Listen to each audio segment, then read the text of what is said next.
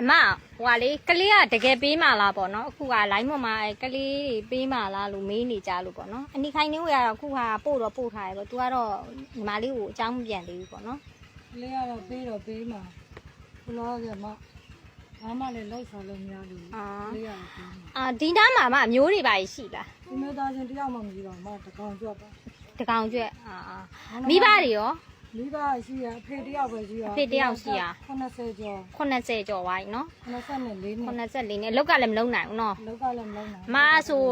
ကလေးနှစ်ယောက်နဲ့အလောက်ကခုကလုံးလို့အဆင်မပြေဘူးပေါ့နော် ဟုတ်တယ် အဆင်မပြေဘူးဟိုဟာပေါ့အိမ်သားမှာလည်းကလေးထိမ့်ပေးပို့ကလည်းလူမရှိဘူးနော်အမျိုးတွေပါ ਈ လေ စမသားတယောက်မှ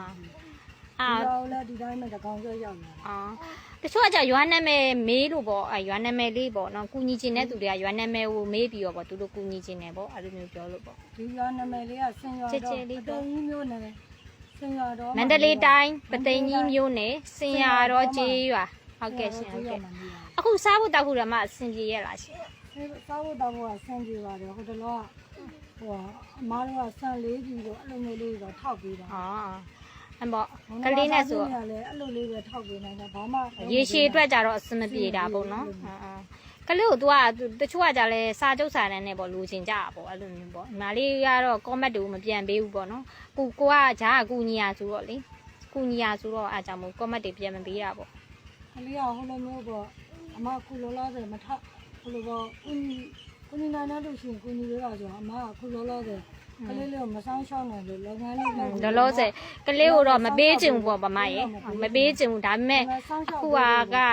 ငွေရေးကြီးရေးအစမပြေတော့အတွက်ပေးမယ်လို့ပြောတာ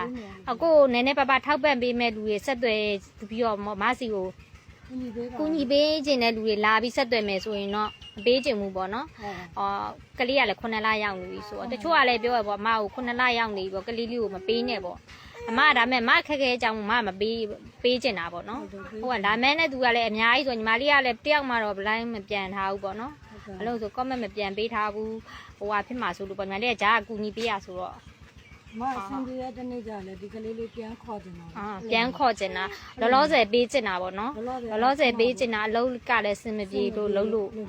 စားဖို့နေအတွက်လည်းခက်ခဲဖြစ်နေလို့ပေါ့ငွေရေးကြီးလည်းမတတ်နိုင်ဘူးဟုတ်နဲ့လိပ်စာလေးကတော့နော်မန္တလေးတိုင်း